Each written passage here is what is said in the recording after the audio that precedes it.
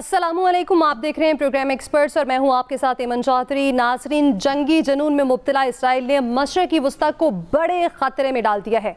Israel ने Iran पर बड़ा फ़ज़ाई हमला कर दिया है। आज सुबह इसराइल की जानिब से ईरान के 8 बड़े शहरों में हौलनाक फ़ज़ाई हमले किए गए हैं, जिसमें एटमी तंसीबात और अस्करी मराकिज़ को निशाना बनाया गया है। और हमलों के नतीजे में तेहरान और इस्फहान समेत कई शहरों में होने वाले तबाहकुन हमलों से अब तक कम अज़ कम 78 अफराद शहीद और 300 से ज़्यादा ज़ख्मी हो चुके हैं, जिनमें ईरानी फ़ौज के आला अफसरान और 6 मायानाज़ जौहरी साइंसदान भी शामिल हैं। ईरान ने हमले के फौरी बाद फ़ज़ाई हदूद को भी बंद कर दिया है और जवाबी कार्रवाई में 100 से ज़ायद ड्रोन से इसराइल पर हमला किया गया है, जबकि हमले के बाद इसराइल में भी इमरजेंसी नाफिज कर दी गई है और उनकी जानिब से कई एयरपोर्ट्स को भी बंद कर दिया गया और साथ ही साथ हज़ारों रिजर्व फौजी भी तलब कर लिए गए हैं। और अब बात करें इस्राएली वज़ीर-ए-आज़म नेतन्याहू की, तो उनकी जानिब से ऐलान किया गया है कि हमने नतन्स में ईरान की यूरेनियम अफसूदगी निज़ाम को भी निशाना बनाया है और ऑपरेशन राइजिंग लाइन, उनकी जानिब से कहा गया है कि ये तो सिर्फ उसका आगाज़ है और मज़ीद फ़ज़ाई हमले भी किए जाएंगे। ईरान की जानिब से शदीद रद्द-ए-अमल सामने आया है और सुप्रीम लीडर आयतुल्लाह ख़ामनेई ने इंतकाम लेने का ऐलान कर दिया और मस्जिद जमकरान पर इंतकाम का सुर्ख झंडा लहरा दिया गया है, जिसका मतलब ये होता है कि वो बदला ज़रूर लेंगे। ईरानी सदर ने वाज़ेह किया है कि ईरान अपने जौहरी प्रोग्राम से पीछे नहीं हटेगा और हमलों को सख्त जवाब भी दिया जाएगा, जबकि दूसरी जानिब अमेरिका एक तरफ तो इसराइली हमले को एक तरफा करार देकर लाताल्लुकी का इजहार कर रहा है और फिर साथ ही साथ ये भी ऐलान अमेरिका की जानिब से किया जा रहा है कि अगर इसराइल पर हमला हुआ तो उसके साथ खड़े होंगे और फिर भरपूर जवाब भी दिया जाएगा। दुनिया भर की तरह पाकिस्तान ने भी इसराइली हमले की शदीद मज़म्मत की है। सदर, वज़ीर-ए-आज़म और हमारे सियासी क़यादत ने भी ईरान की खुदमुख्तारी पर खुली जारहियत और आलमी अमन के लिए इसे ख़तरा करार दिया है, जबकि बिलावल भुट्टो ने ईरानी अवाम से इज़हार हमदर्दी करते हुए आलमी बरादरी से फ़ौरी मुदाखलत करने का इस हवाले से मुतालबा भी किया। हमारा पैनल हमारे साथ मौजूद है, सीनियर तज्ज़ियाकार हमारे साथ मौजूद हैं और आलमी उमूर के माहिर भी हमारे साथ मौजूद हैं। मैं आपका पैनल का तारुफ आपके साथ कराती जाऊँ। हमारे साथ होंगे अयाज़ खान साहब, आमिर इलियास राना साहब, कामरान यूसुफ साहब और आलमी उमूर की माहिर हैं डॉक्टर सुंदुस, ये भी हमारे साथ इस गुफ्तगू में शामिल होंगी, जिनसे हम उनका ओपिनियन जानेंगे कि वो इस तमामतर आलमी कशीदगी और आलमी सूरत-ए-हाल पर क्या राय रखती हैं। जी डॉक्टर सुंदर साहिबा, क्या कहेंगी आप? हमला किया गया इसराइल की जानिब से ईरान पर और क्या आप समझती हैं कि ईरान अब उस हमले का जवाब देने का उतनी कैपेसिटी रखता है या उसका रद्द-ए-अमल कैसा होगा, उतना ही शदीद होगा जितना समझा जा रहा है? जी, उतना शदीद रद्द-ए-अमल हम एक्सपेक्ट करके दुआ तो कर सकते हैं, लेकिन टेक्निकली स्पीकिंग अगर हम फैक्ट्स फिगर की बात करें तो उतना शदीद रद्द-ए-अमल ईरान की तरफ से आ सकता नहीं है फ़िलहाल। जितनी एग्रेसिव स्टेटमेंट्स ईरान की तरफ से आती रही हैं, शायद ये उसी का एक खमियाजा है और बहुत सारी इसके पीछे वजूहात कार फरमा है। जिस तरह अगर हम देखें, सबसे पहले तो सऊदी अरब ने जो 2 स्टेट फ़लस्तीन के हवाले से कहा कि जब तक मसला फ़लस्तीन का हल नहीं निकला जाएगा हम इसराइल को तस्लीम नहीं करेंगे। और 18 तारीख को यूएन में एक बहुत बड़ा यूरोपियन यूनियन फ्रांस जिसमें थे, तो इनडायरेक्टली आप ये भी कह सकते हैं कि सऊदी अरब के उस इकदाम के ख़िलाफ़ उनकी एक साजिश थी, यानी कि एक इकदाम था। और जो इंटरनेशनल एटॉमिक एजेंसी की रिपोर्ट जो सामने आई है, सबसे बड़ी वजह ये बनी है, जिसके बारे में कहा गया है कि यूरेनियम इनरिच प्रोड्यूस कर रहा है, तमाम तर सलाहियत रखता है ईरान। जब ये बात दुनिया के सामने आई है कि ना सिर्फ उसके पास तमाम तर कैपेबिलिटी है उसके ईरान के पास to be a nuclear state, दूसरा इस्लामिक मुल्क जो है वो न्यूक्लियर पावर बनता है, ये शायद दुनिया को नहीं एक्सेप्ट है। तो बहुत सारी इसके पीछे वजूहात कार फरमा है, जिसकी वजह से जो है हमने आज दिन देखा जो कि हम एक्सपेक्ट कर रहे थे। और आप देखें कि फ़लस्तीन के बारे में जितनी एग्रेसिव स्टेटमेंट्स ईरान ने मिलिट्री वाइज हमला करने के लिए दी थी, हम लोग उसको कंडेम कर रहे थे। पूरी उम्मत मुस्लिम आप कह लें या अदर दैन मुस्लिम कंट्रीज़ भी जो मुल्क कर रहे थे, वो एथिकली, मोरली या डिप्लोमेटिकली उसको जो है डिप्लोमेटिक स्टैंड को रखते हुए जो है वो इसराइल को कंडेम कर रहे थे। लेकिन किसी भी इस्लामिक कंट्री ने जो है मिलिट्री वाइज उसको कंडेम करने की, थ्रेट करने की इसराइल को हिम्मत नहीं की थी। तो फाइनली इस हिम्मत का, इस जुर्रत का मुजाहरा जो किया है वो सिर्फ ईरान ने ही किया था, और एटॉमिक एनर्जी इंटरनेशनल की जो एजेंसी की जो रिपोर्ट सामने आई उसके बाद तो कोई वजह नहीं थी कि इसराइल हमला ना करता। लेकिन अगर आप देखेंगे अभी भी जो है वायद ख़ामनेई एक he is the only one जो कि अभी शायद जो अग्रेसिव स्टेटमेंट जिनकी तरफ से आ रही थी वो सिर्फ एक ही बचे, बाकी सबको शहीद कर दिया गया है। तो जो क्रीम थी जो कि जो सलाहियत भी रखती थी, जो डिसीजन मेकिंग की कैपेबिलिटी रखती थी, जो स्ट्रैटेजिक अगर आप देखें डिप्लोमेटिक ग्राउंड्स पे जो सलाहियत रखती थी, उन सबको तो शहीद कर दिया गया। तो फिर हम तो कोई ऐसी चीज़ जो है वो ईरान से एक्सपेक्ट ना करते हैं, ना करनी चाहिए, क्योंकि अभी उनको दोबारा से थोड़ा सा रीस्टेबल होने की ज़रूरत है, और स्टेबल होने के बाद उनको अपनी एग्रेसिव स्टेटमेंट्स को आई पर्सनली बिलीव के थोड़ा सा कम करके जो है वो स्ट्रेटेजिक प्लानिंग के ज़रिए को हिकमत अमली ऐसी अपनानी चाहिए कि जिससे वो रिटेलिएट करें। बिकॉज अब उनको इस बात की, इस अमर की ज़रूरत है कि वो रिटेलिएट करें, they badly need to retaliate, otherwise उनके पास कोई और ऑप्शन नहीं है। ठीक है, अब enough of giving heavy statements. अब अगर वो रिटेलिएट करेंगे तो दुनिया को पता चलेगा कि ये खाली स्टेटमेंट्स नहीं थी जो गुज़श्ता 1-1.5-2 साल से ईरान की तरफ से आ रही थी, उनके पास कैपेबिलिटी, जैसे हमने इंडिया को मुंह तोड़ जवाब देकर दुनिया को बताया कि हमारे पास वो सारी सलाहियत थी।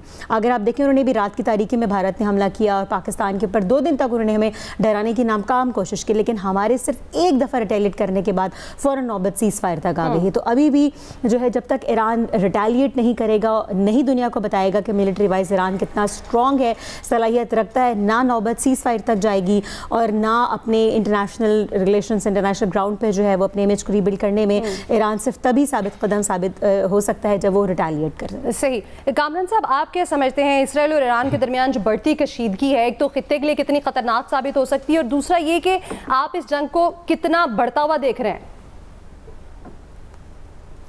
देखें, ये अगर आप देखें, ये जो जंग है ये इनेविटेबल थी, एक ओपन सीक्रेट था, क्योंकि इजराइल मिडल ईस्ट के अंदर जो अपनी अजारादारी है उसको कायम करना चाहता था, और ईरान जो है उसमें आखिरी रुकावट था। और अगर आप पिछले 2-3 साल के अंदर देखें तो सीरीज़ ऑफ जो इवेंट्स हुए हैं वो गज़ा में जो बर्बरियत इजराइल ने मचाई हो, हिजबुल्लाह की जो क़यादत है उसको निशाना बनाया हो, फिर सीरिया के अंदर जो तब्दीली आई है, फिर बाकी जो इस तरह के जितने अहम जिन्हें कहा जाता था ऐसे ग्रुप्स मिडल ईस्ट के अंदर जो ईरान नवाज समझे जाते थे, एक एक करके पहले इजराइल ने उसको निशाना बनाया, ईरान को कमज़ोर किया, और अब उन्होंने इस टाइमिंग का इंतखाब किया और ये अटैक उन्होंने किया है। इसमें आई थिंक थोड़ा सा डिस्पैशनेटली होकर हमें बात करने की ज़रूरत है।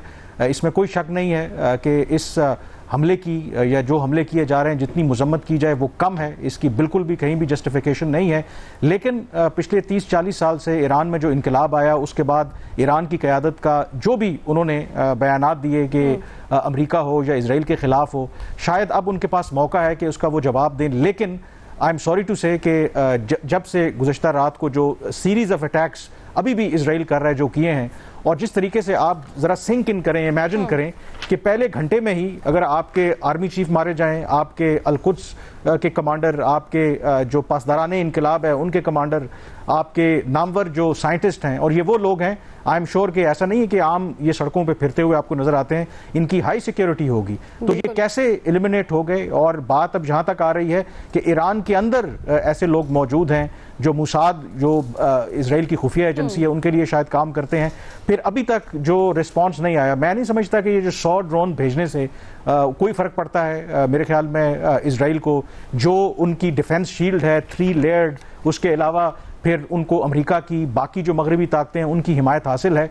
तो मुझे लगता है कि ये एक डिसाइसिव आई थिंक लड़ाई है, और जो मुझे नज़र आ रहा है, I think barring any I mean miracles, ये तो बात रजीम चेंज की तरफ अब जा रही है। मुझे लगता है कि और इजराइल जो है वो यहाँ पर रुकेगा नहीं। और जो अभी लेटेस्ट डेवलपमेंट भी हुई है, पहले अमेरिका अपने आप को कह रहा था कि नहीं ये तो इनका यूनिलैटरल फैसला था, लेकिन अब जो अमेरिकी सदर ट्रंप हैं वो खुलकर सपोर्ट कर रहे हैं। उन्होंने कहा कि अभी तक जो इजराइल ने हमले किए हैं एक्सीलेंट हैं, और साथ ही धमकी ये दी है कि ईरान के पास अभी भी मौका है कि जो कुछ आपके पास बच गया है उसको बचा लें और मेरे साथ डील कर लें, क्योंकि अगला हमला आप पर जो होगा तो ये जो ब्यूटीफुल वो कहते हैं जी आपकी जो ईरानियन सल्तनत है ये भी नहीं बचेगी। तो मुझे लगता है कि ये जंग जो है इसका दायरा कार वसी भी होगा, और ईरान के लिए मुझे लगता है कि काफ़ी मुश्किलात यहाँ पर नज़र आ रही है। सही। अयाज साहब, कामरान साहब को तो काफ़ी मुश्किलात नज़र आ रही हैं ईरान के लिए, और उन्हें ये भी लगता है कि इसका दायरा कार वसी भी हो सकता है। और अगर हम अभी देखें और आज की अगर स्टेटमेंट देखें अमेरिका की जानिब से, पहले लाताल्लुकी और फिर अब ये भी कहा गया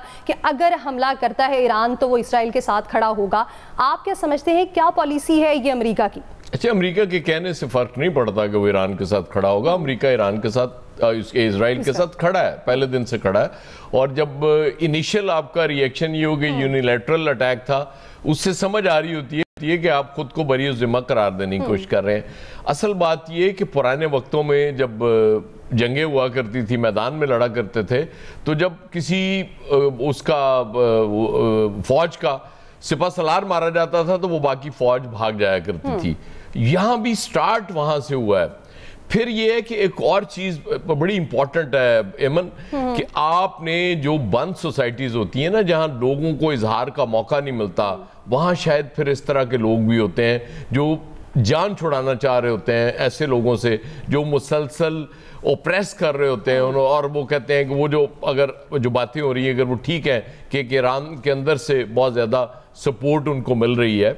और मुझे इस आज की अभी की सिचुएशन से ही लग रहा है वो बिल्कुल जिस तरह हमने इंडिया को जवाब दिया और उसके बाद वो मोदी तिलमिलाता रहा कि जी हमने पाकिस्तान पे हमला करना है, लेकिन वो इस पोजीशन में नहीं रह गई भी थी इंडियन फौज कि वो रिटेलिएट करती, उसके बाद हम हमला करती हम पे, और उसके बाद ये सीज फायर और सारा कुछ हुआ।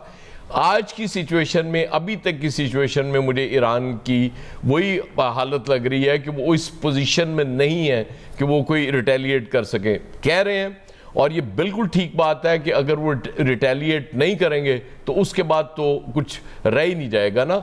और ये भी बिल्कुल ठीक बात है कि इजराइल को आज उसने ये थोड़ी किया कि अचानक हमला कर दिया, एक मुद्दत से। और हमारा हाल वही है मुस्लिम ममालिक का कि हम अपनी बारी का इंतज़ार कर रहे हैं सारे।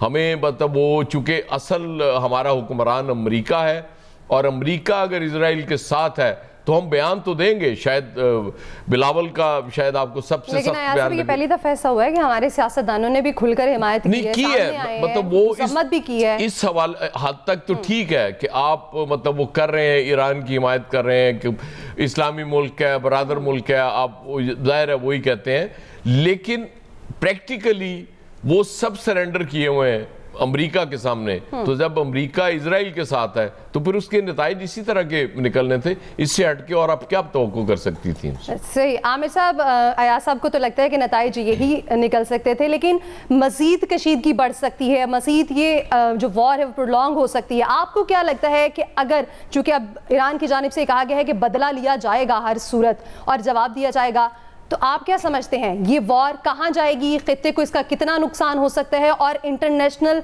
जितनी भी हमारी पावर्स हैं उनको इंटरवीन करने की कितनी ज़रूरत है ऑन अ सीरियस नोट?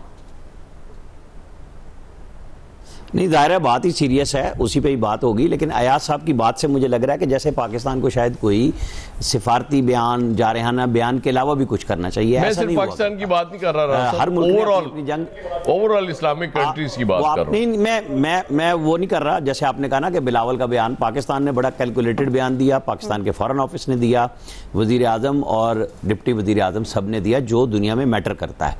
बाकी तो सारी सियासी जमातें लगी हुई हैं, बात हो रही है, गिना क्या जाएगा। हमारे साथ ईरान ने बड़ी अच्छी गुफ्तगू की, उनके वजीर खारजा हमारे पास आए, उनके पास गए, इंडिया के पास। इंडिया के साथ ईरान के बड़े अच्छे ताल्लुकात हैं, इंडिया के बड़े अच्छे ताल्लुकात हैं इसराइल के साथ। अब आप देखें कि चाह बहार उन्होंने बनाई इंडियंस ने फटाफट करके गवादर के मुकाबले में। हम उस पर भी एतराज़ नहीं करते कि ये हर मुल्क का राइट है कि वो अपने इकोनॉमिक इशूज़ के लिए कैसे किसके साथ हेल्प लेता है। सऊदी अरब भी इन्वेस्टमेंट कर रहा है, यूएई भी कर रहा है, लेकिन मोदी ने कितना फेवर में बोला है अब तक ईरान की? कोई बयान दिया है? उन्होंने क्या कहा है कि वो इसराइल के खिलाफ खड़े होंगे या बीच में मीडिएशन कराएंगे? पाकिस्तान तो नहीं ना कर सकता। पाकिस्तान तो अपने दोस्त ममालिक के साथ, क्योंकि इसराइल से हमारे ताल्लुकात नहीं है, हमारी तो लड़ाई है सीधी सी। अब भी वो हमारे खिलाफ लड़ने के लिए आए हुए थे। ये जो ड्रोन हमारी तरफ आए वो इसराइली बने हुए थे और इसराइली टेक्नीशियन चला रहे थे उसे, किसी को शुबा नहीं है। एक और वीडियो, एक तस्वीर आई थी इंडियन पायलट की, उसके पीछे इसराइली पायलट खड़ा हुआ था। हमने पकड़ के दिखाया दुनिया को कि भाई ये है इसराइल की टेक्निकल मदद, कि वो आगे खड़े हुए हैं सब कुछ। हमने तो वो काम किया, ये मिसाल देने के लिए कह रहा हूं कि जो ईरान के साथ हुआ है वो हमने इंडिया के साथ करके दिखाया। साइबर वारफेयर में, स्पेस के हवाले से सब कुछ किया। असल इशू ये है कि जवाब क्या है। जब तक ईरान जवाब नहीं देता या ईरान हेल्प मांगता है सऊदी अरब से, पाकिस्तान से, कि भाई जैसे यूएन में गया है पूरी दुनिया से मदद मांग रहा है ना कि बचत है या नहीं है, एक्चुअली हमें जवाब का है, कहीं कुछ, कभी कुछ दावा आ रहा है, कभी कुछ दावा आ रहा है। अब ईरान को चाहिए अपने दोस्तों के साथ बड़ी खुल के बात करे कि मैंने जवाब देना है, क्योंकि अगर उसका जवाब रास्ते में रह गया, यानी मिसाइल अगर इंटरसेप्ट हो गए, तैयारे उनके जा न सके, तो आप क्या जवाब देंगे? तो इसका मतलब है कि आप उस अपने खिलाफ काम करने वाले इसराइल को शह दे रहे हैं बयानात देके कि वो और हमला कर दे। ऐसा नहीं होना चाहिए, बल्कि जवाब बड़ा कैलकुलेटेड जाना चाहिए और ठीक ठाक किस्म का पहुंचना चाहिए, जैसे पाकिस्तान ने किया। हम अल्हम्दुलिल्लाह अपने फख्र से अपनी अफवाज पे बात करते हैं ना कि जो थी, अब उनके सामने, ईरान के सामने इराक की सद्दाम हुसैन की मिसाल मौजूद है, जो जंगों की मार लड़ने गया और सुरंग के बीच में से निकला। ये नहीं होना चाहिए खुदा न खास्ता किसी भी हवाले से।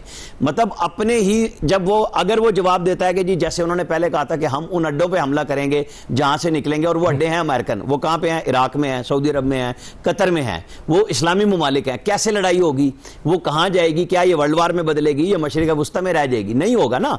ये चीजें हैं ऐसी कि बड़ी सीरियसली इसके ऊपर ईरानी क़यादत ने फैसला करना है कि वो किस किस्म का जवाब देंगे, किस किस्म की हेल्प चाहते हैं। पाकिस्तान दामे दर में सुखने हर तरह से तैयार है, पाकिस्तानी कौम भी बिल्कुल, ईरानी कौम उसी तरह तैयार है जैसे हमारे लोग झंडा लेके इस नूर खान बेस के बाहर खड़े थे, इसी तरह वो कुंभ में आके रेड उन्होंने अपना फ्लैग लगाया कि बदला लेना है। बिल्कुल लें, ये उनका राइट है। पाकिस्तान ने भी इस राइट को लिख के कहा है, जारी किया है कि अक़वाम मुत्तहिदा के मुताबिक अब राइट ऑफ सेल्फ डिफेंस जो है और जवाब देने का हक ईरान का है। तो दे तो सही ना, बताएं तो सही ना, फिर बात बनेगी और मजा भी आएगा।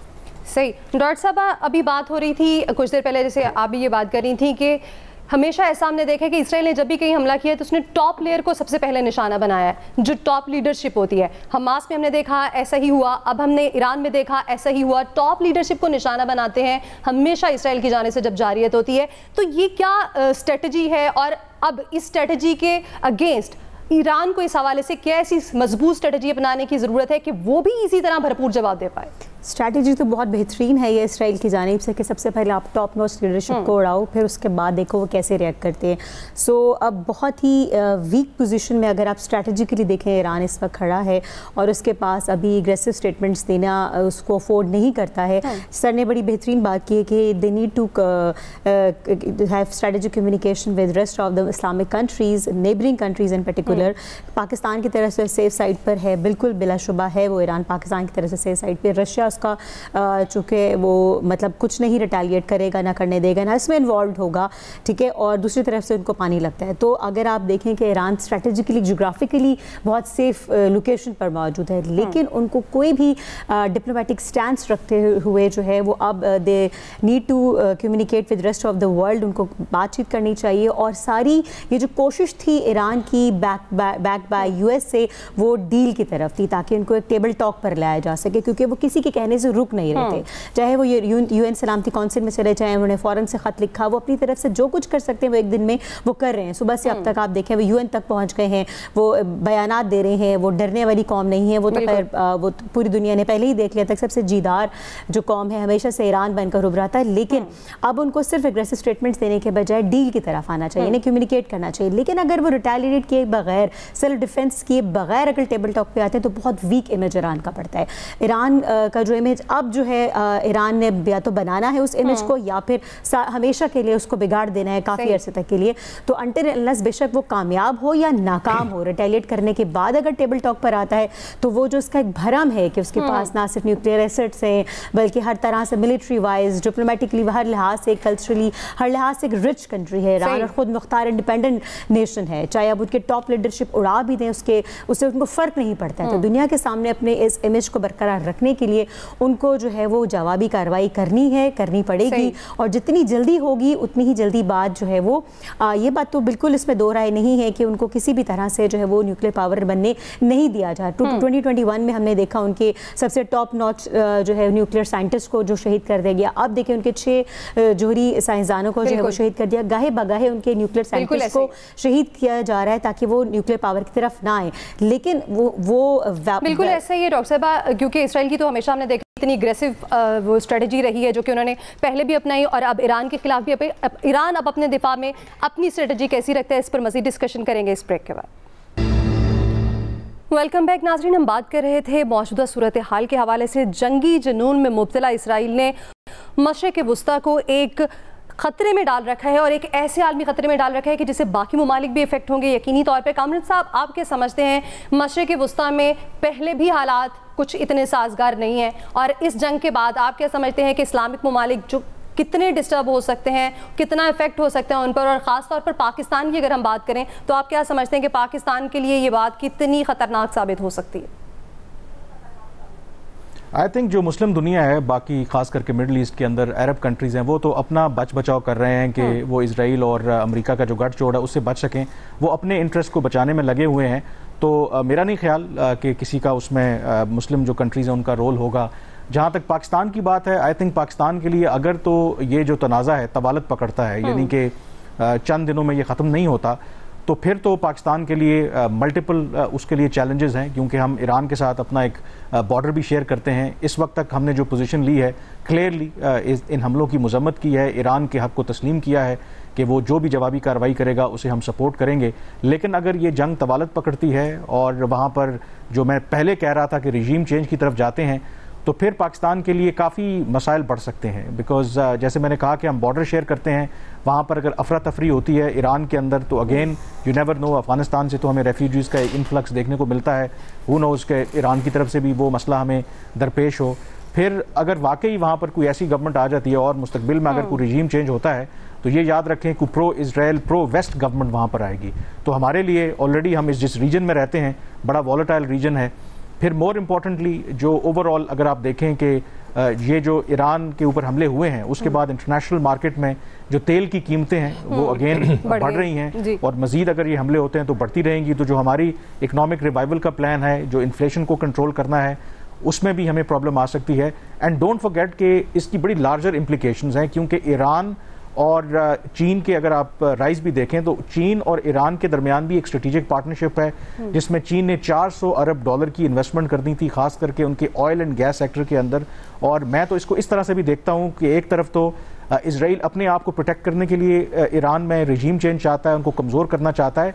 दूसरा इसका जो शिकार है वो चीन भी है। अगर ईरान में ये तब्दीली आ जाती है और यहाँ पर अमेरिका आकर बैठ जाता है, तो उससे जो चीन के मुस्तकबिल में जो भी उनके प्लान जो डिज़ाइंस हैं वो भी हर्ट होंगे। तो इसकी बड़ी फार रीचिंग इम्प्लीकेशंस है मेरी नज़र में। सही। आमिर साहब, आप क्या समझते हैं कि जैसे कामरान साहब ने कहा, अगर रजीम चेंज होती है खित्ते के लिए बहुत मुश्किल हो जाएगा, ख़ास तौर पर हम जैसे जो इस्लामी मुल्क हैं, जो कि डेवलपिंग स्टेट्स हैं, ठीक है, जो अभी उतनी डेवलप्ड नहीं है, तो उन पर कितने असरात हो सकते हैं?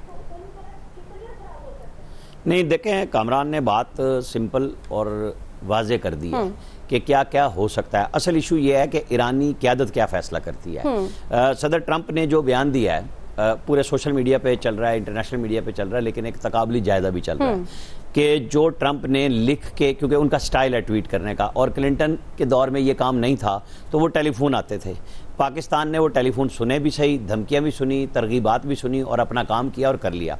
अब 40 साल से पाबंदियों में ईरान जी रहा है, ठीक है, लेकिन अपना एक फैसला वो नहीं कर सके कि उन्होंने किसके साथ चलना है और किसके साथ नहीं चलना। जिन ममालिक के साथ वो रह रहे हैं, यानी मैं गल्फ़ की बात कर रहा हूँ परली तरफ, उन सब के साथ उनकी लड़ाइयाँ रही। उनकी प्रॉक्सियों को सारों को अमेरिका और इसराइल ने मिल के मार दिया। हौजी जो सऊदी अरब को तंग कर रहे थे, इनको तंग कर रहे थे पानियों के ऊपर, यूरोप को और अमेरिका को, उन्होंने उसको भी क्लियर किया, फारिग कर दिया। हमास ने जो काम किया, मैं पहले दिन से इस पर बात कर रहा हूँ कि उसका जवाब क्यों नहीं सोचा गया कि अगर हम इसराइल पर यह अटैक करेंगे और वो जवाब देंगे, और वो फुल उनके अंदर इंसानियत नहीं है कि वो छोड़ देंगे किसी को, तो ये किसके कहने पे काम किया हमास ने कि सारे के सारा फारिग करा दिया गजा भी, और लोगों को भी, लाखों बच्चे, हजारों बच्चे शहीद हो गए, लाखों लोग घर दरबदर हो गए। ये क्या है? देखें, उससे पहले हिजबुल्लाह को लबनान में उन्होंने पेजर्स के जरिए उनकी पूरी फोर्स उड़ा के रख दी, जो सारी ज़ाहिर बैक बाई ईरान थी।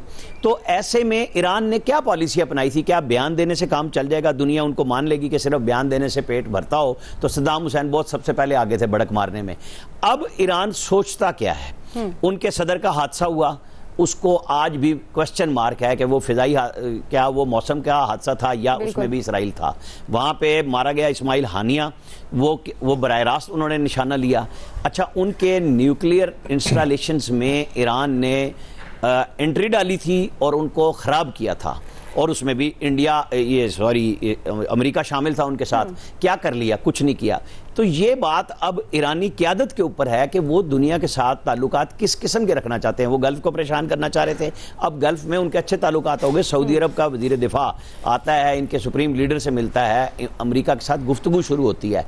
तो या तो आप तय कर लेते, डॉक्टर साहिबा कह रही थी कि आप अगर वो कमजोरी में करेंगे। आमिर साहब, कतरगामी के लाइव जाना है, बिलावल भुट्टो सरदारी इस वक्त जो है वो बात करें।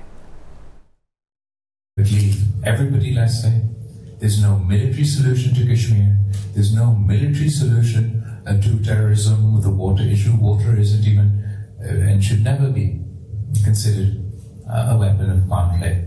I'm cognizant of the fact that we commenced late, that there's so many people over here that will have